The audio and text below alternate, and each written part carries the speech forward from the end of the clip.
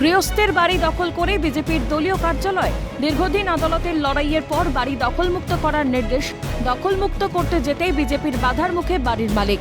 নদিয়া কৃষ্ণনগর পুরসভার 6 নম্বর ওয়ার্ডের ঘটনা।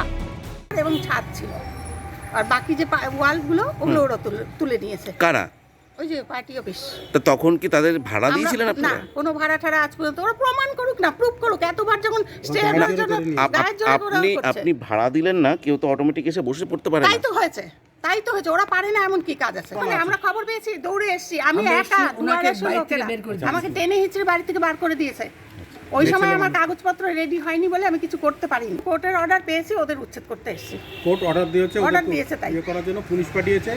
এরা অনেক চেষ্টা করেছে আটকাবার জন্য, কিন্তু পারেনি, কারণ এদের কাছে কোনো প্রুফই নেই।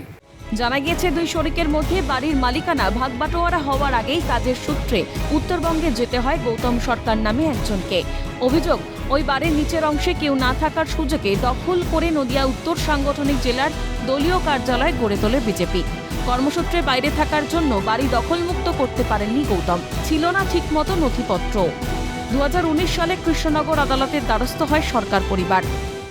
এদের উঠানোর জন্য কেস লড়তে ওই অত দূর থেকে এসে মরে গেল, স্ট্রোক হয়ে মরেই গেল। মশাই এই জায়গাটাতে বহুকাল আমলে শ্বশুরমশাই মা ওই বিজেপি পার্টি অফিস তখন ছিল না, একজনকে ভাড়া দিয়েছিল।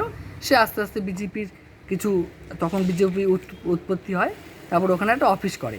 অফিস করার পরে ওরা ছিল ভাড়াটিয়া হিসেবে ছিল। আর কোর্টের থেকে পেয়াদা এসেছিল ওদেরকে উঠাতে। তখন তালা ওদের অফিসে তালা দেওয়া ছিল, কিন্তু যেহেতু আমাদের কাছে তালা ভাঙার অর্ডার ছিল না, ওই সময় আমরা ওদেরকে উচ্ছেদ করতে পারিনি। তারপরে আমরা পুলিশের দ্বারস্থ হলাম। কোর্টে পুলিশের জন্য আমরা টাকা পয়সা জমা দিলাম। 5 মাসের চেষ্টা করেছি, কিন্তু ওরা স্টে অর্ডার করতে পারেনি। না করতে পারার জন্য লাস্ট ম্যাজিস্ট্রেট এটাই অর্ডার দিল যে আজকে ইংরেজি মাসের মে মাসের 6 তারিখে এই জায়গাটা ভ্যাকেন্ট করে দিতে হবে। তার জন্য পুলিশ প্রশাসন আসবে এবং কোর্টের থেকে লোক আসবে। আসলাম, আসার পরে ওদের যে এখন যে সেক্রেটারি আছে, সেক্রেটারি হোক বা প্রেসিডেন্ট অর্জুন বিশ্বাস, সে বলছে আমি কিছুই জানি না।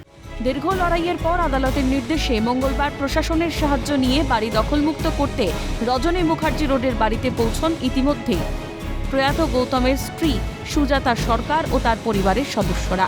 সেখানেই বাধা। প্রশ্নের মুখে বেদখলের খবর অজানা বলে দায় ঝাড়েন উত্তর সাংগঠনিক জেলা বিজেপির সভাপতি।